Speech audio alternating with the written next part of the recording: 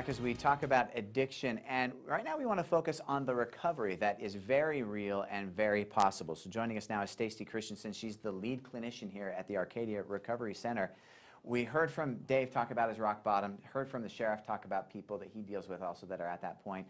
What is it that helps people realize, all right, my solutions aren't working, I need to bring in some other people to help me get help? Well, there's three things. There's fear, there's shame, and there's guilt. And anytime you're faced with any one of those things, it's going to bring you into recovery. What about warning signs then?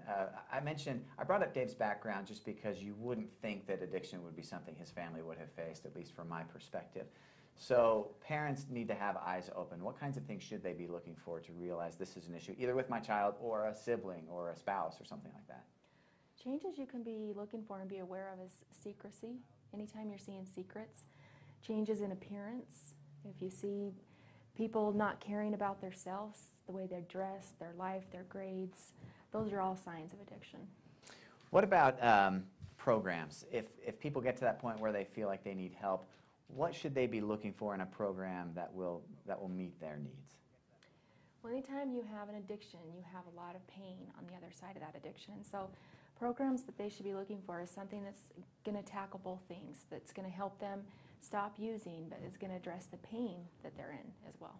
One thing that in preparing for this that Dave talked about that was huge here at Arcadia was a matter of faith, which I know Alcoholics Anonymous also works on. So what kind of role, no matter what the faith is, what kind of role does faith play in that recovery? It plays a huge role, a very huge role. It's important that they believe that there is someone who unconditionally loves them and has faith that they're going to get better.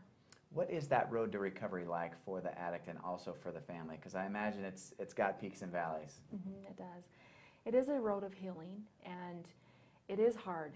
Anytime that you are struggling with an addiction, it's very hard to face it and to address it, and it's hard for the family because most addicts have lied and cheated and have stolen, and so it's hard for both phases of life. But here at Arcadia, we treat the family and the addict and try to bridge those gaps. All right, so Stacey, we want to give people some hope. Give me a story of someone who overcame their addiction and is doing well.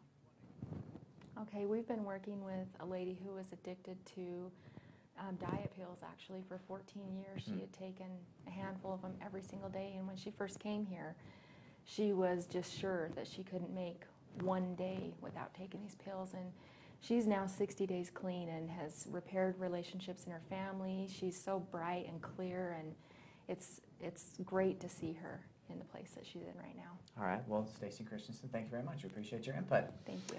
Still to come, we're going to talk about the road to recovery with Dave. We'll go back to Dave and talk about his road to recovery, but after the break, a quick look at ISU's homecoming game against Sac State.